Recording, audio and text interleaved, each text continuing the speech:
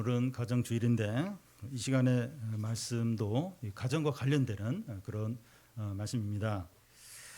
성경에 나오는 신앙의 인물들의 가정을 보면 모범적인 가정이라기보다는 엮이는 가정, 막장 가정이라는 생각까지 이게 들 때가 있습니다. 아브라함의 가정을 보면 하나님이 자손을 약속했지만 자식을 주지 않자 사라가 여종을 아브라함에게 주어서 아들을 낳게 되는데, 그 여종으로부터 태어난 이스마엘이 나중에 사라로부터 태어난 그 이삭을 이제 막 괴롭혀서 아브라함이 그 여종과 이스마엘을 집에서 내보내게 됩니다. 이삭의 가정을 보면 그 쌍둥이 아들 에서와 야곱이 태어나게 되는데, 야곱이 아버지를 속여서 장자 축복을 받는 바람에 야곱이 이제 도망을 가고 그래서 삼촌 라반의 집에서 20년간 이제 이렇게 머물게 됩니다. 야곱의 가정을 보면 그 야곱은 4명의 아내를 통해서 12명의 아들을 낳게 되는데, 그 아들들이 그 요셉을 이제 애굽의 종으로 팔아버리는 일도 이제 생기게 됩니다. 이 사무엘이 태어난 가정을 보면 사무엘의 아버지 엘가나는 브린나와 한나라는 두 부인이 있었는데, 이 한나가 이제 아기를 낳지 못하니까 브린나가 너무나 이제 막 괴롭히고 이제 하는 겁니다. 사무엘은 그 한나에게서 태어나게 됩니다. 다윗의 가정은 그 사무엘하를 통해서 우리가 좀 살펴보고 있는데, 다윗이 범죄하여 하나님께 징계를 받게 되면서 배다른 자녀들 사이에서 강간과 살인이 일어나고, 또 아들 중에 하나가 또 반역을 일으키게 됩니다. 성경에 나오는 믿음의 가정들의 심각한 이제 문제들이 있지만 또 이제 하나님의 은혜가 있는 거예요. 그래서 또 그 가정을 통해서 하나님의 뜻이 이루어집니다. 이런 것을 보면서 현재 우리 가정에 문제와 어려움들이 있는데 소망이 있고 위로가 돼요. 아니 그 야곱의 가정, 아브라함의 가정, 이 사무엘의 가정도 이랬는데, 이러면서 이제 위로가 돼요. 소망이 이제 생깁니다. 이 압살롬의 반역에 성공해서 예루살렘 왕궁으로 이제 입성을 하고, 다윗은 이제 그의 사람들과 함께 요단을 건너서 피하게 됩니다. 이 다윗의 모사였던 아히도벨이 이제 압살롬이 이제 반역하자 거기 딱 이제 합세를 이제 하면서 압살롬에게 어떤 제안을 하는가 하면, 나에게 군사 12,000명만 주면 내가 바로 이 다윗을 추격을 해서 다윗만 죽이고 나머지 백성들을 데려오겠다고 이제 말합니다. 성공 가능성이 높은 아주 군사적으로 좋은 제안입니다. 압살롬은 후세를 불러서 이제 그의 의견도 물어보자고 하는데, 후세는 완전히 반대 의견을 이제 합니다. 그러니까 지금 이제 추격하지 말고 나중에 군사들 다 백성들 모아서 그때 한꺼번에 전면전을 하자고 제안합니다. 이건 아주 안 좋은 바보 같은 제안입니다. 그런데 압살롬은 아히도벨의 제안을 거부하고 이 후세의 제안을 받아들입니다. 하나님이 이제 압살롬을 버리시려고 했기 때문에 이렇게 이제 된 겁니다. 다윗과 그의 사람들은 이제 요단강을 건너서 마하나임이라는 곳에 이제 머물고 있고, 압살롬은 백성들을 이끌고 다윗 군대와 싸우기 위해서 요단강을 건너 마하나임 쪽으로 이제 오게 됩니다. 이제 다윗의 군대와 압살롬의 군대가 전면전을 이제 하게 됩니다. 먼저 다윗은 싸우러 나가는 백성들에게 이 압살롬을 너그럽게 좀 대해달라고 부탁을 합니다. 1절, 2절을 한 절씩 교대로 읽겠습니다. 이에 다윗이 그와 함께한 백성을 찾아가서 천부장과 백부장을 그들 위에 세우고,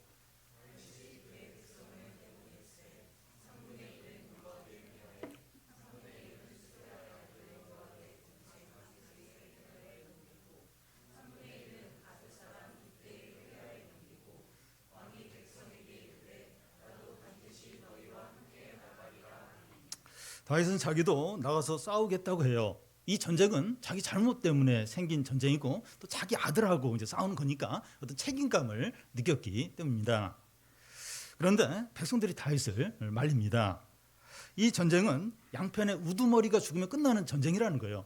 다윗 왕은 우리 1만 명, 우리 백성들 10,000명 목숨보다도 더 중요하다고 하면서 이렇게 싸우러 가지 말라고 말립니다.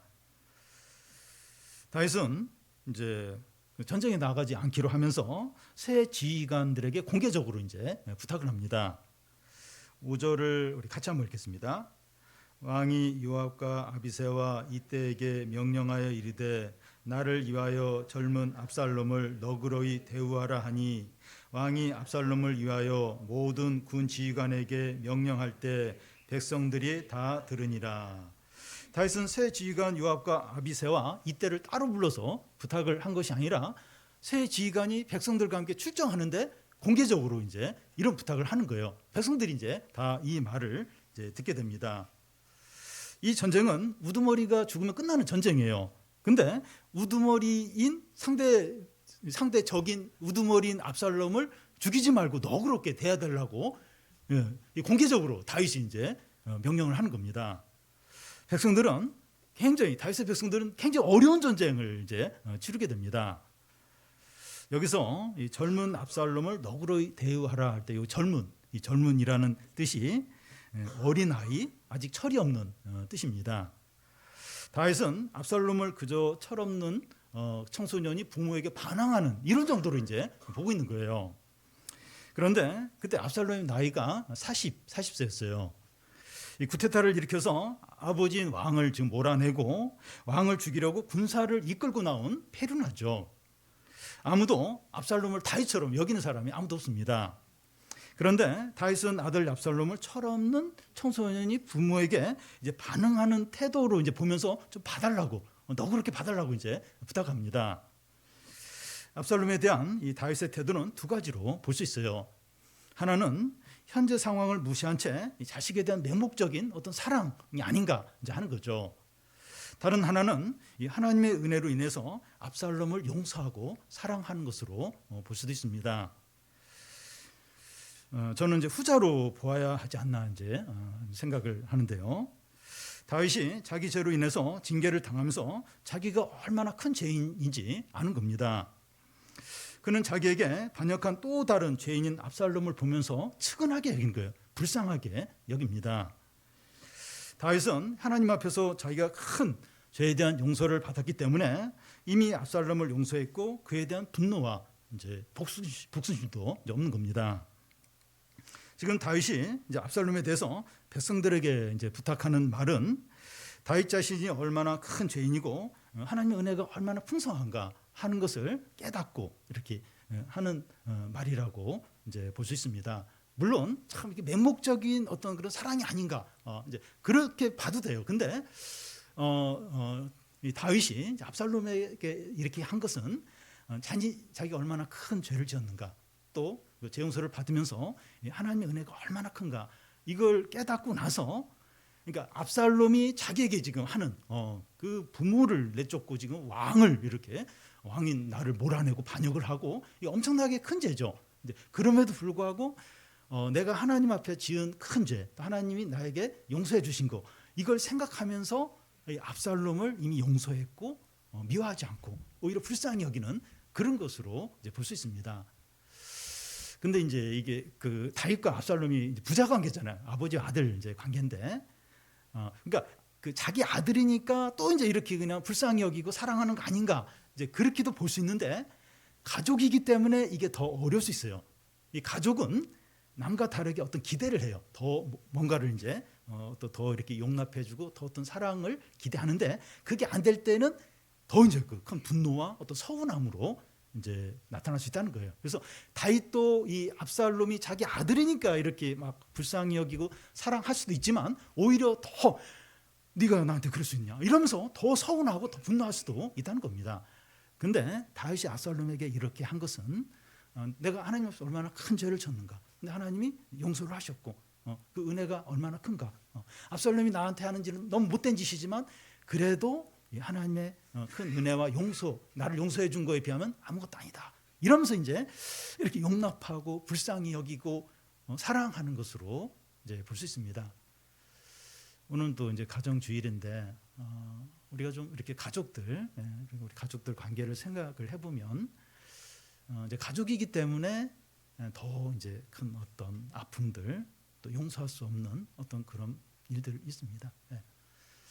자녀들 같은 경우 그 이제 자라면서 이제 부모에게 받은 어떤 상처들 이렇게 차별받는 것 딸이기 때문에 이렇게 뭐 공부하는 부분이나 여러 부분에서 이렇게 이렇게 차별받은 거, 이렇게 무시당한 거, 이게 이제 시간이 지나도 이게 이제 안 없어지는 겁니다. 그리고 부모님이 이제 막 너무 화가 나서 그래서 이제 이렇게 나한테 화를 내고 때린 건데 그게 이제 계속해서 자녀 마음에 남아 있고, 또 자녀도 부모에 대해서 또 그런 어떤 서운한 일, 또 그러니까 그리고 이제 부모도 자녀에 대해서 또 그런 어떤 서운한 일, 서운한 아픔들이 이제 있어요. 그래서 참 이런 부분이 이제 어려운 겁니다.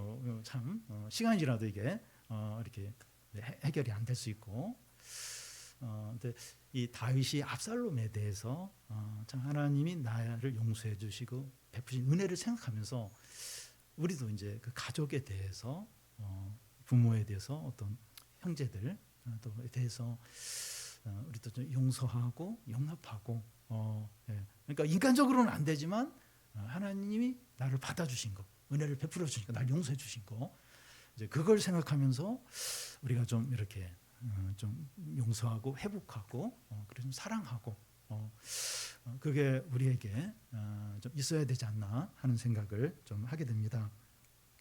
다음은 그 압살롬의 최후입니다. 이 다윗의 군대와 압살롬의 군대가 요단 동편 길리앗 지역인 그 에브라임 수풀에서 이제 싸우게 됩니다. 6절에서 8절까지 한 절씩 교대를 읽겠습니다. 이에 백성이 이스라엘을 치러 들러 나가서 에브라임 수풀에서 싸우더니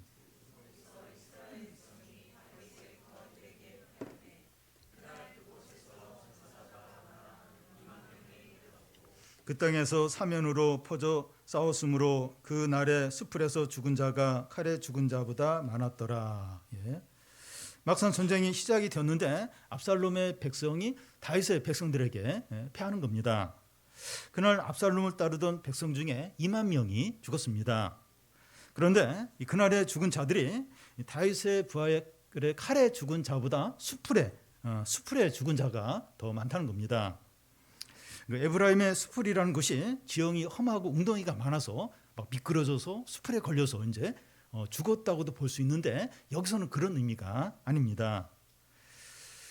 이런 비슷한 경우가 여호수아서 10장 11절에 나오는데, 여호수아 군대와 아모리 이제 군대가 이제 싸우는 중에 하늘에서 큰 덩이 우박을 아세가에 이르게까지 내리우심에 그들이 죽었으니 이스라엘 칼에 죽은 자보다 우박에 죽은 자가 더 많았더라. 이스라엘 칼에 죽은 자보다 우박에 죽은 자가 더 많았다는 것과 수풀에 죽은 자가 많았다는 것과 이제 비슷한 의미입니다. 하나님이 전쟁에 개입해서 그 승리를 주셨다는 거죠. 이를 계획하고 추진하는 것은 사람이지만 이를 이루시는 분은 하나님이십니다. 압살롬의 백성들은 수적으로 많았어요. 그리고 이 다윗을 반드시 죽여야 된다. 그런 열의가 이제 가득했는데, 반면에 이제 그 다윗의 백성들은 다윗이 이제 압살롬을 좀 너그럽게 여겨져. 벌써 이제 사기가 떨어진 거예요. 아니 지금 이 전쟁은 우두머리를 죽이는 전쟁인데 그 압살롬을 죽이지 말라 이제 이러면서 이제 전쟁이 이제 시작이 되니까 벌써 이제 사기가 떨어진 가운데 이제 싸우는 거죠. 그런데 전쟁의 결과는 그 하나님이 누구와 함께 하느냐 여기에 이제 달려 있습니다. 상황이나 숫자나 우리 자신의 능력보다도 하나님이 함께 하시는 여기에 이제 전적으로 달려 있는 거죠. 그러니까 뭐 우리가 노력하고 우리가 뭐 수고하고 이렇게 아무 소용이 없다는 것이 아니라 결정적인 거, 진짜 결정적인 건 하나님이 어느 쪽에 손을 들어주시느냐, 어느 쪽에 함께 하시느냐 여기에 이제 달려 있는 겁니다. 근데 하나님은 안 보여요. 상황적으로는 압살롬 군대가 훨씬 유리해요. 근데 하나님이 이제 다윗과 함께 하니까 이제 다윗 편이 이기는 겁니다. 압살롬은 이 자기 백성들이 밀리게 되니까 도망을 가다가 이제 어떻게 됩니까? 9절을 보면 같이 한번 읽겠습니다. 압살롬이 다윗의 부하들과 마주치니라. 압살롬이 노새를 탔는데 그 노새가 큰 상수리 나무 번성한 가지 아래로 지날 때 압살롬의 머리가 그 상수리 나무에 걸림에 그가 공중과 그 땅 사이에 달리고 그가 탔던 노새는 그 아래로 빠져나간지라. 압살롬이 노새를 타고 있었는데 이 다윗의 부하들과 마주친 거예요. 압살롬 급하게 숲을 사이로 도망을 가다가 큰 상수리 나무 밑으로 지나게 됩니다. 그런데 그때 압살롬의 머리털이 상수리 나무에 딱 걸리게 돼요. 그와 동시에 노새는 그 아래로 빠져나가는 거예요. 그 상황이 이렇게 그려지죠. 이렇게 머리가 걸리고 그러니까 이제 그러면서 노새는 막 달리고 있다가 이 압살롬이 딱 그 나무가지에 머리가 걸리니까 노새는 그냥 앞으로 그냥 가버린 거예요. 그러면서 이제 공중에 대롱대롱 이제 압살롬은 이제 매달리게 이제 된 겁니다. 여기서 이 압살롬의 머리가 그 상수리 나무에 걸림에 하는데 이 걸림에 하는 말이 히브리어로 탈루이라는 말인데 이 단어가 성경의 다른 곳에 딱 한 번 나와요. 딱 한 번 나오는데 어디 나오는가 하면 그 신명기에 보면 나무에 매달린 자는 하나님의 저주를 받았다 하는 거기에 이제 딱 한 번 요 탈루이라는 단어가 매달린 단어가 나옵니다. 무슨 의미인가 하면 압살롬이 도망하다가 상수리 나무 가지에 머리가 걸려서 대롱대롱 매달려 있는데 이것이 하나님의 이 저주를 받은 자라는 의미라는 거예요. 압살롬이 왜 하나님의 저주를 받아서 나무에 이렇게 달리게 됐습니까? 부모를 공경하라는 율법의 말씀을 거역했어요. 지금 이 하는 모든 일이 부모님을 좀 공경하지 않는 거죠. 공경하지 않는 거고 또 아버지의 첩들과 동침함으로 율법을 거역을 했습니다. 이렇게 천막을 치고 그 왕궁 지붕에서 그렇게 했잖아요. 아버지의 첩을 이제 동침하는 범하는 그런 큰 죄를 이제 지었습니다. 하나님의 말씀을 거역하는 것이 아무것도 아닌 것 같지만 하나님의 심판을 반드시 받게 됩니다. 그냥 뭐 지나가 그냥 이렇게 그냥 지나간 것 같은데 하나님 반드시 이제 심판을 하시는 겁니다.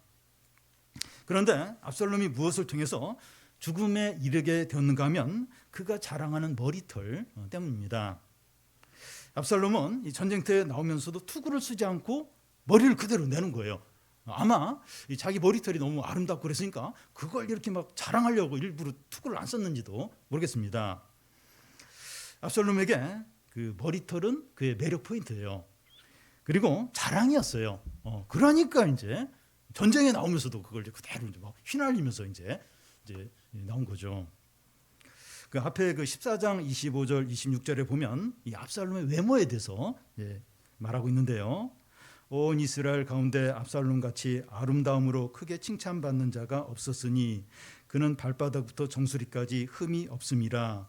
그의 머리털이 무거움으로 연말마다 깎았으며 그의 머리털을 깎을 때 달아본즉 왕의 저울로 200세겔이더라. 압살롬의 외모는 그 아이돌 중에서 토클레스예요. 머리부터 발끝까지 아무런 흠이 없어요. 그리고 그의 매력 중에 키포인트, 핵심은 머리털. 윤기가 나고 막 머리털 어떻게 생긴지 모르겠지만 그 매력 포인트가 이제 머리털입니다. 그런데 이 남들로부터 선망이 대상이 되었던 외모 그 중에서도 최고의 그 머리털이 그가 멸망으로 빠지는 그런 어떤 도구로 사용이 되었다는 겁니다. 그의 자랑이 머리털 때문에 왕도 되었어요. 인기를 누리면서 이렇게 왕도 되었는데 그 머리털 때문에 이제 망하게 이제 되는 겁니다. 자기께 자기가 넘어간 거죠. 하나님보다 더 의지하고 자랑하는 것들이 부메랑이 되어서 우리를 망하게 할 수 있다는 겁니다. 그것이 이제 힘 있는 사람이 될 수도 있고 이제 멋진 외모가 될 수도 있고 뛰어난 재능이 될 수도 있고 자수성가 한 것이 될 수도 있고 많은 세상 정보를 알고 있는 그런 것이 될 수가 있습니다.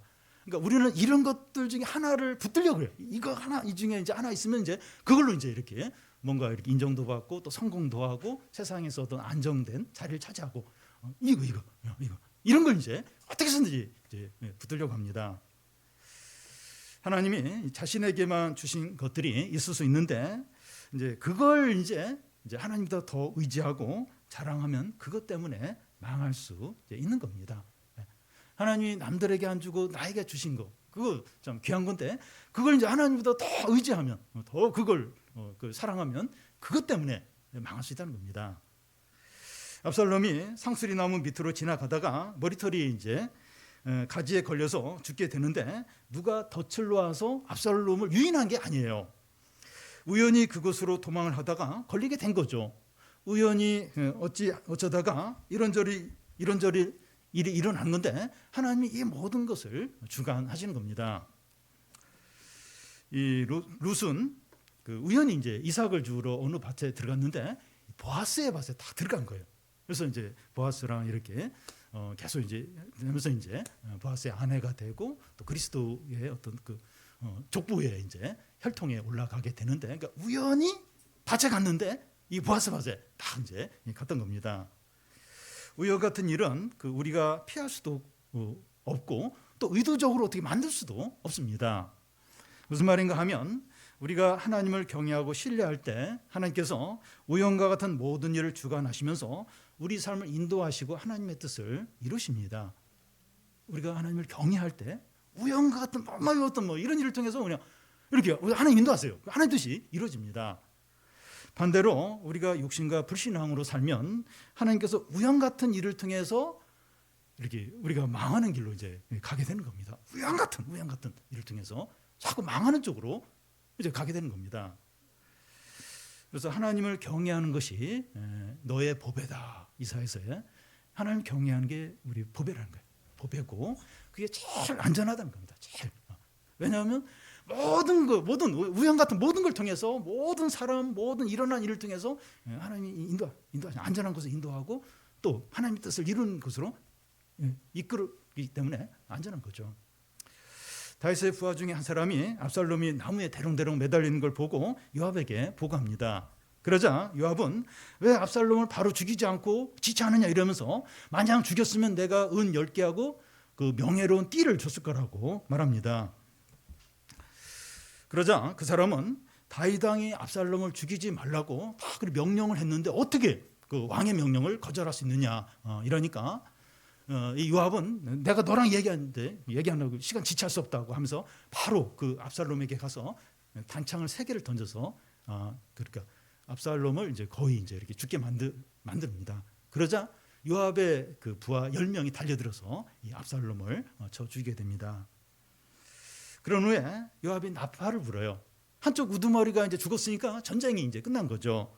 그러자 압살롬을 쫓던 그 백성들이 다 이제 흩어집니다. 그러자 요압의 부하들은 압살롬의 시체를 구덩이에 던지고 그 위에 큰 돌 무더기를 만듭니다.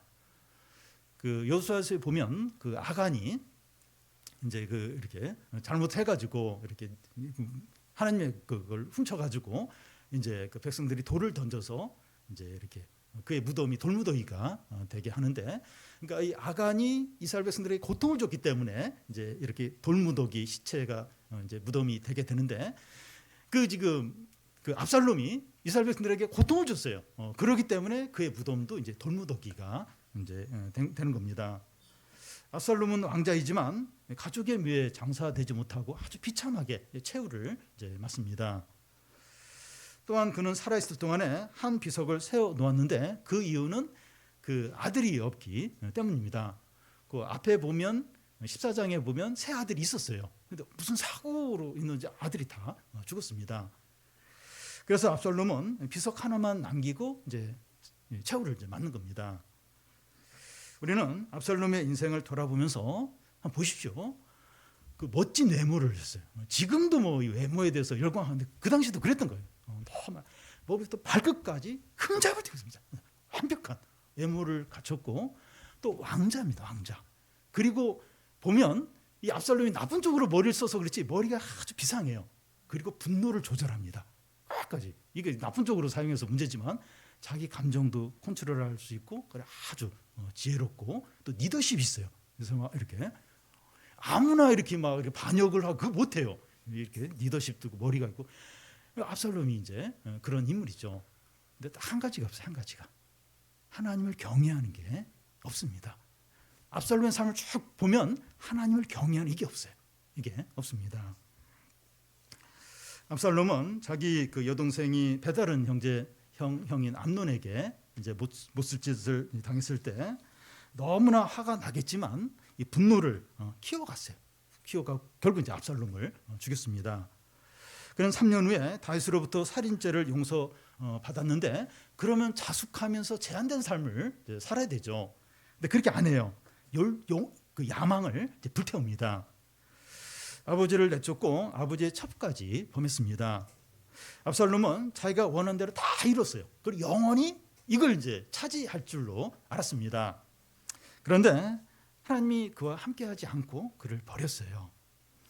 그의 안에 있는 분노와 탐욕과 교만이 그 자신을 폭발시켜 버렸습니다. 그냥 자폭하듯이 폭발시켜 버린 거죠. 천재인 아히도벨도 압살롬과 같은 운명을 맞게 되죠. 아히도벨도 천재 그리 머리 좋은 사람. 근데 자기 제안한 게 딱 이게 압살롬으로부터 이제 거절당하니까 짐 정리해가지고 고향에 들어가서 스스로 목매어 죽었습니다. 그러니까 이 압살롬이나 아히도벨 천재, 그래 모든 걸 다 가진 그런 자들인데 운명이 비슷해요. 아주 비참하게 망합니다.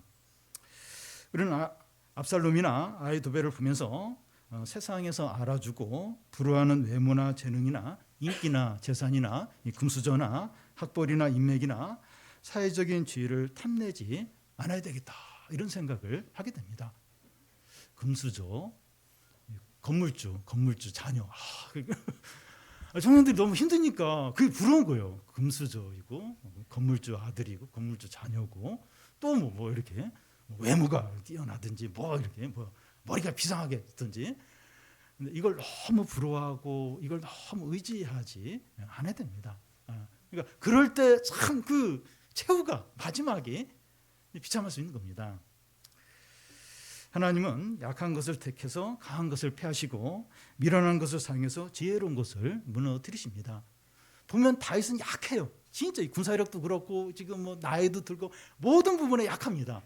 근데 다윗은 이제 믿음으로 하는 거, 믿음. 하나님을 경외하는 겁니다. 그러니까 강한 것들을 이기는 거예요. 지혜로운 아히도벨과 같은 어떤 그런 지혜를 이기는 겁니다. 그런데 이 하나님의 약한 것이 이제 강한 사람보다 강하고 하나님의 미련한 것이 사람보다 이제 지혜롭습니다. 그러니까 이 믿음으로 사는 게 이게 약한 거예요. 이게 미련한 겁니다. 그런데 이 세상에 강하고 지혜로운 것보다 훨씬 더 강하고 훨씬 더 지혜로운 거예요. 지혜로운 겁니다. 마지막으로 이 다윗의 통곡입니다. 이제 승리의 소식을 이제 다윗 왕에게 누군가 이제 전해야 했습니다. 우리가 읽지 않았지만 제사장 사독의 아들 아히마아스가 자기가 다윗 왕에게 승전 소식을 전하겠다고 해요. 그때 요압이 가지 말라는, 너는 지금 이 소식을 전하러 가지 말라는 거예요. 왜냐하면 다윗은 지금 그 압살롬에 대해서 관심이 많은데 압살롬이 죽었잖아요. 근데 이 아히마아스는 지금 상황을 모르고 자기가 이제 이 승전 소식을 전하겠다고 합니다.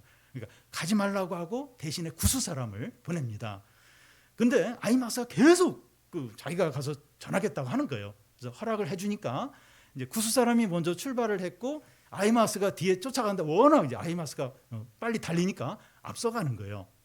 근데 성에서 그 다윗이 이제 성에서 이제 머물고 있고 파수꾼이 이제 이렇게 밖을 내다보고 있는데 한 사람이 막 달려오는 거예요.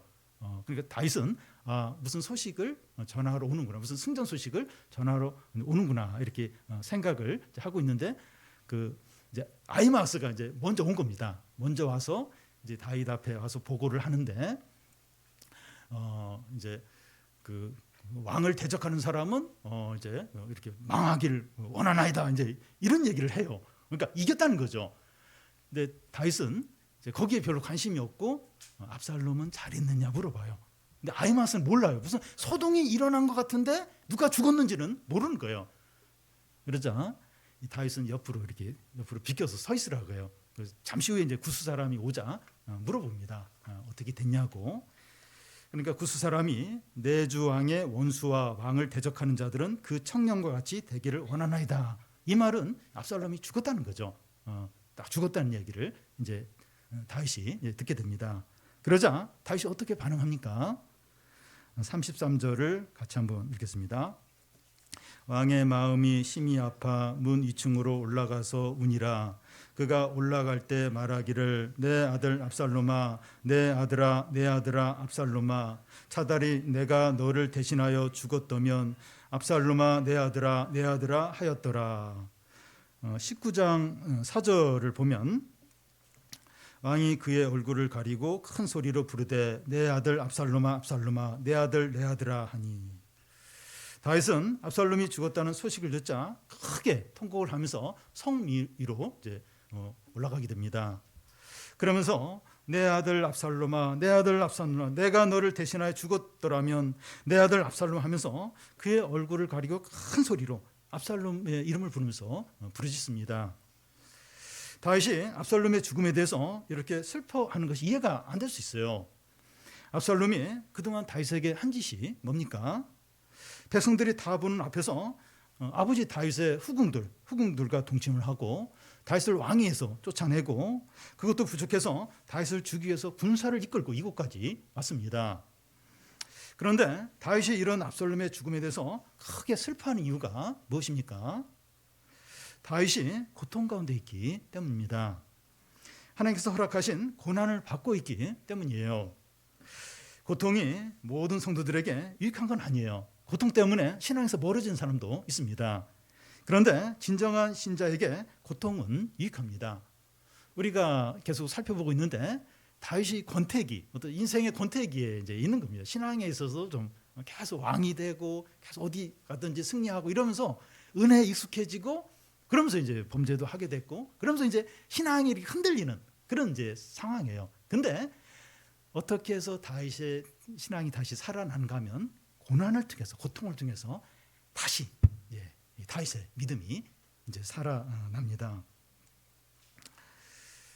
다윗은 압살롬의 반역으로 쫓겨나서 광야로 나오면서 영성이 회복이 돼요.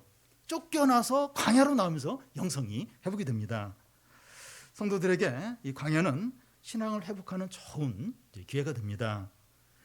다윗은 시므이의 저주를 들으면서 지난번에 베냐민 사람 시므이가 막 온갖 이제 저주를 이제 다윗에게 했는데, 하나님이 시므이를 통해서 자기에게 설교하는 것으로 듣는 거예요. 아주 막 저주하는 그런 말을 막 들으면서 하나님이 시므이를 통해서 나에게 설교하시는구나, 그렇게 이제 듣는 겁니다. 다윗은 시므이의 저주를 통해서 진짜 바다까지 내려가요. 진짜 바다까지. 그러니까 여러분, 환경적인 것도 우리를 바닥으로 내리지만 사람의 말이 우리를 막 이렇게 무시하고 막 어떤 그런 말이 진짜 사람을 바닥까지 끌어내리게 됩니다. 바닥까지 낮아지니까 거기에 하나님의 은혜가 있는 겁니다. 그러니까 막 이렇게 뭐 잘 되고 막 이렇게 그럴 때는 막 다윗이 교만해지면서 신앙에서 멀어졌는데, 이 바닥까지 내려가니까 거기 하나님 은혜가 있어요. 은혜를 이제 누리는 겁니다. 또한 다윗은 하나님의 지혜를 가진 아히도벨이 배신했다는 소식을 두고 깜짝 놀라죠. 큰 충격을 받습니다. 그동안 다윗은 그 하나님의 지혜를 가진 이제 아히도벨을 통해서 많은 어려움을 해결했어요. 많은 도움을 받았습니다. 근데 이제 자기를 도와줬던 아히도벨이 압살롬에게 딱 붙은 거예요. 그러니까 더 이상 어떤 도움을 받지 못한 겁니다. 그러자 바로 기도를 해요. 아히도벨의 그 지혜가 이제 이렇게 제가 이제 바닥나게 해달라고, 더 이상 작동하지 않게 해달라고 이러면서 다윗이 이제 하나님께 나아가서 진정한 기도를 하게 됩니다. 그러니까 의지할 게 없는 거예요. 사람은 의지할 게 없으니까 이제 진짜 하나님께 나아가서 이제 기도를 간절히 이제 하게 이제 되는 거죠. 이제 다윗은 이제 하나님의 지혜와 도움만을 이제 의지하게 됩니다. 다윗에게 이런 고통들은 영성이 회복이 되고 겸손을 되찾고 기도가 다시 살아나는 기회였습니다. 성도에게 고난이 그래요. 그래서 너무 힘들지만, 너무 힘들고 너무 어렵지만, 성도에게, 진짜 신자에게는 아무것도 없는 거예요. 진짜 의지할 만한 사람도 없고, 자식까지 반역을 하고, 그 의지하던 아히도벨까지 그렇게 자기를 돌리고 막, 그리고 왕궁에서 쫓겨나고 이러면서 이제 그 기도도 회복이 되고 하나님 관계도 회복이 되고 영성도 회복이 되고 이러면서 다윗이 이제 계속해서 믿음의 길을 이제 갈 수 있는 거죠. 다윗은 페루나이고 원수인 압살롬에 대해서 용서하고 긍휼히 여겼습니다. 압살롬에 대한 다윗의 마음은 우리를 향한 주님의 마음이라고 할 수가 있습니다. 주님이 이제 우리에 대해서 이렇게 불쌍히 여기시는 거예요. 이렇게 은혜를 베푸시는 겁니다. 이렇게 사랑을 하시는 거죠. 그러니까 우리는 잘 납득이 한 거예요. 하나님이 나를 얼마나 사랑하실까. 다윗 앞에서 이 압살롬 같은 존재가 하나님 앞에서 하나님이 우리를 불쌍히 하게 하는 거예요. 그 다윗이 압살롬 죽었을 때 그렇게 슬퍼하면서 내가 죽어야 되는데. 그러니까 이 부분도 이렇게 달리 볼 수 있어요. 아니 참 그 이제 잠시 후에 그러니까 요 뒤편에 우리가 다루지 않았지만 요압이 와서 대놓고 다스리 하더니 당신 다윗 왕한테 정신 차리라고. 만약 이런 식으로 하면 다 떠날 거라고 오늘 밤에 이제 그렇게 볼 수도 있어요. 그런 부분도 있는데 또 이제 다윗과 이제 압살롬의 관계 또 하나님 앞에서 보면 참 하나님의 은혜와 사랑과 용서가 이제 그런 거죠. 예. 다윗이 압살롬을 불쌍히 여기고 용서한 것처럼 하나님 우리에 대해서도 이제 그렇게 하시는 거죠. 그래서 우리도 이런 은혜와 사랑과 용서를 받았기 때문에 우리 가족이나 가까운 사람, 나에게 아픔과 상처를 준 사람, 하나님 용서와 은혜 때문에 이제 용서하는 거예요. 불쌍히 여기는 겁니다. 예. 예수님은 십자가에 달려 돌아가시면서 그들의 죄를 용서하여 주옵소서. 그들이 하는 일을 알지 못한다고 했고, 스데반도 돌에 맞아 죽으면서 이 죄를 그들에게 돌리지 마옵소서 이러면서 눈을 감았습니다. 우리가 고통 가운데서, 고난 가운데서 많은 아픔들을 우리가 겪고 있는데 좀 영성이 회복이 되고 겸손해지고 기도가 살아나고 또 원수 같은 사람을 용서하고 그래서 우리 자신이 회복이 되고 우리를 통해서 또 사람들을 살리고 또 이렇게 구원하는 그런 은혜가 있기를 바랍니다.